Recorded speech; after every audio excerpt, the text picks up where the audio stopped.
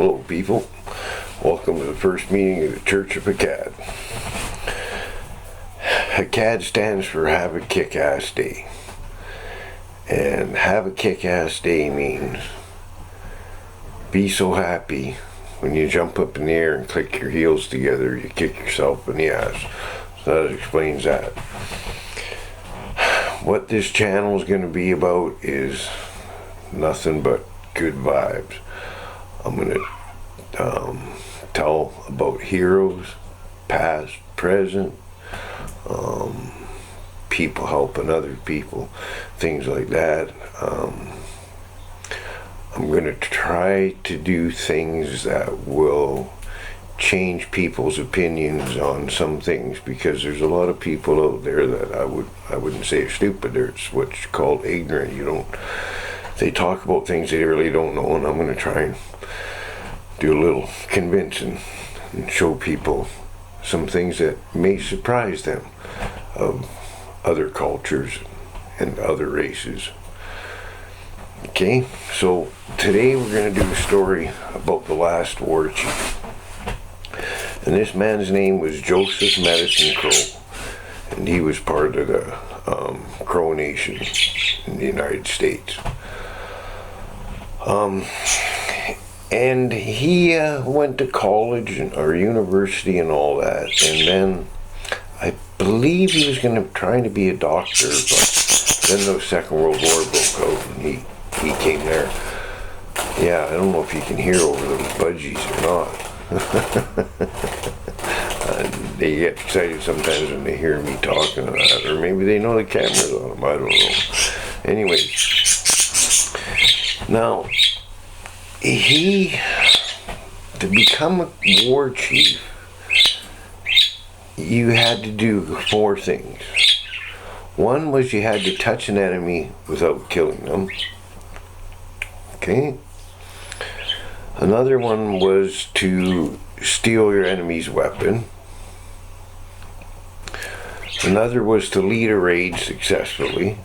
And another was to steal a horse from your enemy.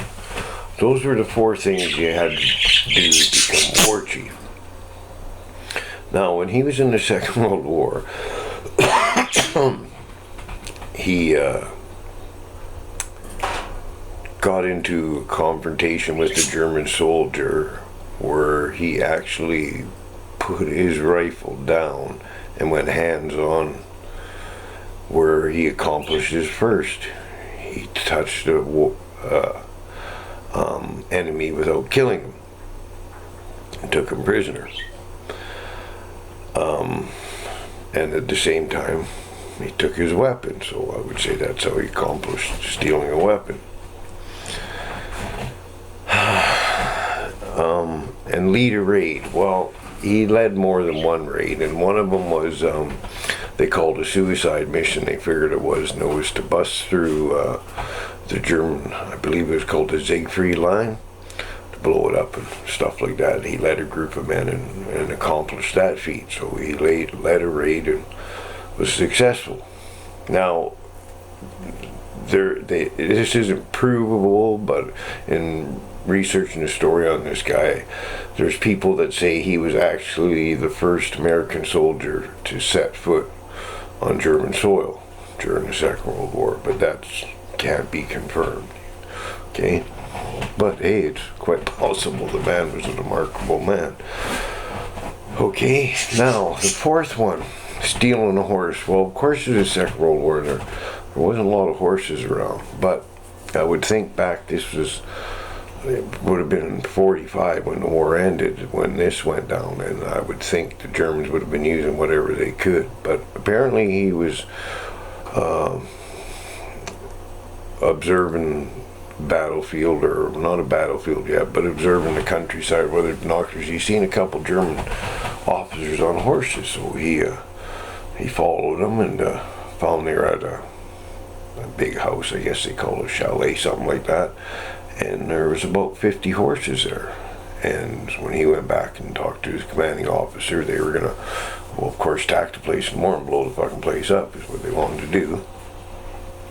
And he convinced and asked his commanding officer permission if he could go in and save the horses. And his commanding officer approved it, and away he went, snuck right by the guard shack, everything, went into the corral, picked which, and I believe his words were he picked which looked like the most competent, or something like that about the horse. Anyways, he made a connection with the horse that he jumped on, of course, right? And he was experienced with horses, of course. And he let out a big war cry and chased all the horses out and got away with all 50 of them. So he accomplished number 4, stealing a horse, and saved all those horses, and then they blew the piss out of the place. Anyways, now what this man accomplished, he got 3 doctorates. He was awarded the Bronze Star, 3 other medals. He was ordered or given the Medal of Freedom, the highest civilian honor in America, by President Obama. Now, that's trying to a little change people's opinions on some of the things that Aboriginal people done, and there's many of all colors and everything, and that have done stuff, right? And here we believe at the church that there's only one color, red, and that's the blood we all bleed, people, right? And I had the honor of, when I was a kid one time, I was spending a night in a teepee with a very famous Aboriginal or Native, whatever you want to call him, Chief Dan George. Quite a nice man. Anyways, that's about the meeting today, and if you watch, please comment, and let me know. And if there's a good story out there about, let me know about it, and I'll talk about it. And everybody be safe, and Hakad.